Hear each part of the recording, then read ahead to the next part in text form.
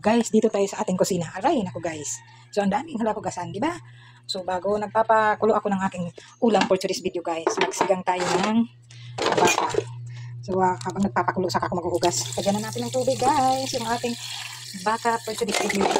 Hindi ko pa nga nahugasan. Ayan, di ba? So, damikos-mikos muna tayo.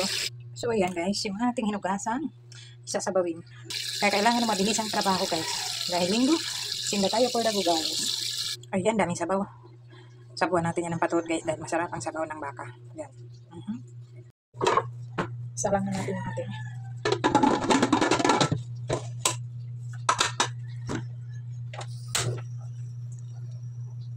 Habang pinapakulong natin yung ating ulam, yung ating baka guys.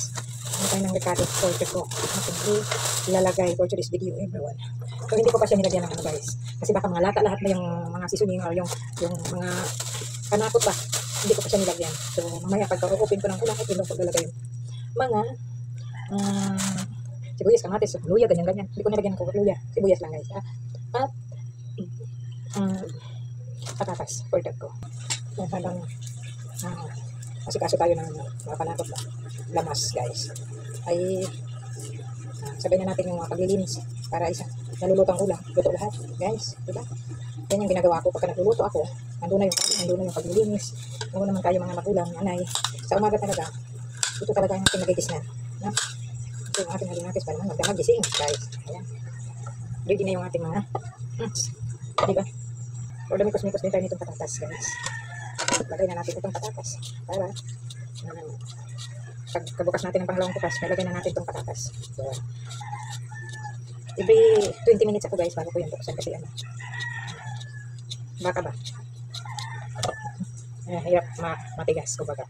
Kaya tayo magkasikaso ng maaga, pero talaga naman, aga ko nakapag kasi para pagdating ko gamit simbahan, hindi na ako magluluto. Kasi itong aking mga patunatis, mamaya tayo ko nagsipagising guys kasi katutulog lang nila. Pagdating talaga ng linggo ba? Uyatan yan sila sa mga laro. Kaya bago ako pumunta ng magluto na muna ako kasi ang aming tapos ng simba guys 12 gutom na pagka dumating sa bahay na magluluto pa diba? Tapos yung mister sa halip na linggo minsan hindi yun nagbibiyahe pero ngayon mayroon siyang book yung pamangkin ko kapit kaya andoon na rin siyang income ngayon linggo. Sabi nga niya minsan nga pagka linggo yan sasabihin niya na bibiyahe ako pang ulam lang makakuha yan siya ng pang ulam kaya nga ganun lang yun guys. So mas maganda rin ang trabaho ng wala kang amo, ikaw ang nagkokontrol sa sarili mo kasi nasa sayo kung bibiyahe ka o magpahinga ka o naman ang oras, walang oras guys kung gusto mo magpahinga o kung gusto ka na magbiyahe wala magmando sa'yo na oy, ganito trabahuin mo ganyan so mas pinili na lang niya ito kaysa yung mga mangamuhan siya kaibahan lang guys kasi walang ano ba benepisyo na so kailangan yung kanyang SSS yung mga niya iself employee niya yun kasi sa trabaho niya dati doon yun niya nakakover dun sa trabaho mula nung nagsarili na lang siya ng nag-move it siya. So wala nang amo. Mga guys, bibiyahe, maya ba uwi, bibiyahe. Kung gusto magpahinga, ganun lang ang buhay ng truck driver, mga motor driver. Pwede sila mag-standby sa bahay habang nag-aantay ng pasahero. Ganun. Bago umalis, may pasahero na. So ayan lang yun guys. Kwento-kwento na naman ako kasi nga maglilinis-linis tayo dito ba. For the go.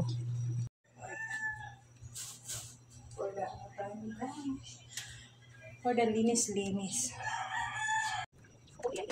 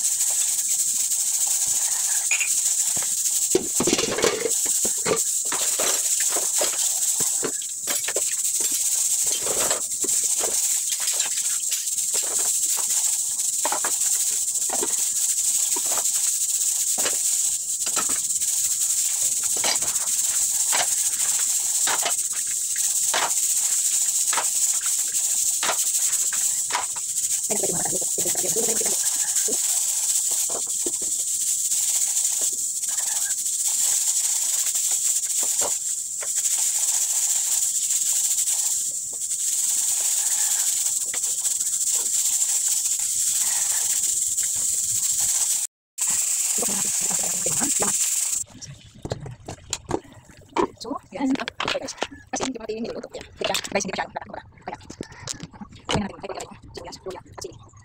Ano guys? Tingnan ko guys. Tingnan ko guys. Lagyan ko guys. Kaya lagyan ko guys.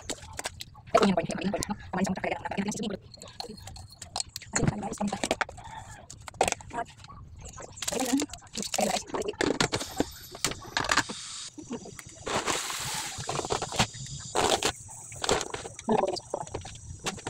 Hindi ka sa palag kasi kasi hindi ko lang bago tingnan lang kasi pero hindi ko yung kaya palag for the follow.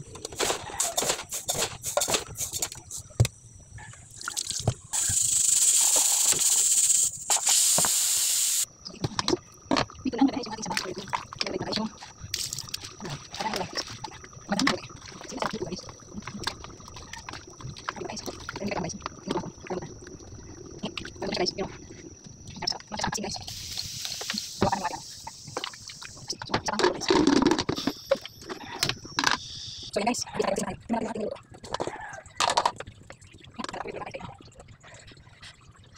Sarap guys. Ayan. Ayan guys. So yan. Tingnan ko kasi ito.